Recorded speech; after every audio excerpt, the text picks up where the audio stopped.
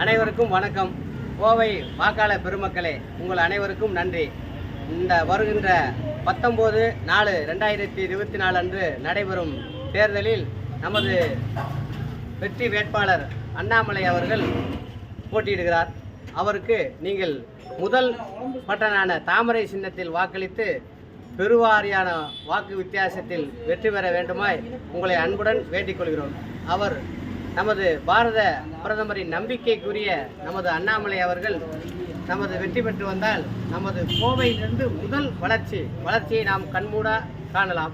ஆகையால் அனைவரும் தவறாமல் முதல் பட்டனான தாமரை சின்னத்தில் வாக்களித்து நமது ராமநாதபுரம் பகுதியில் அதிக வாக்கு வித்தியாசத்தில் வெற்றி பெற செய்தால் நமக்கு பல நன்மைகள் நம்மளை தேடி வரும்.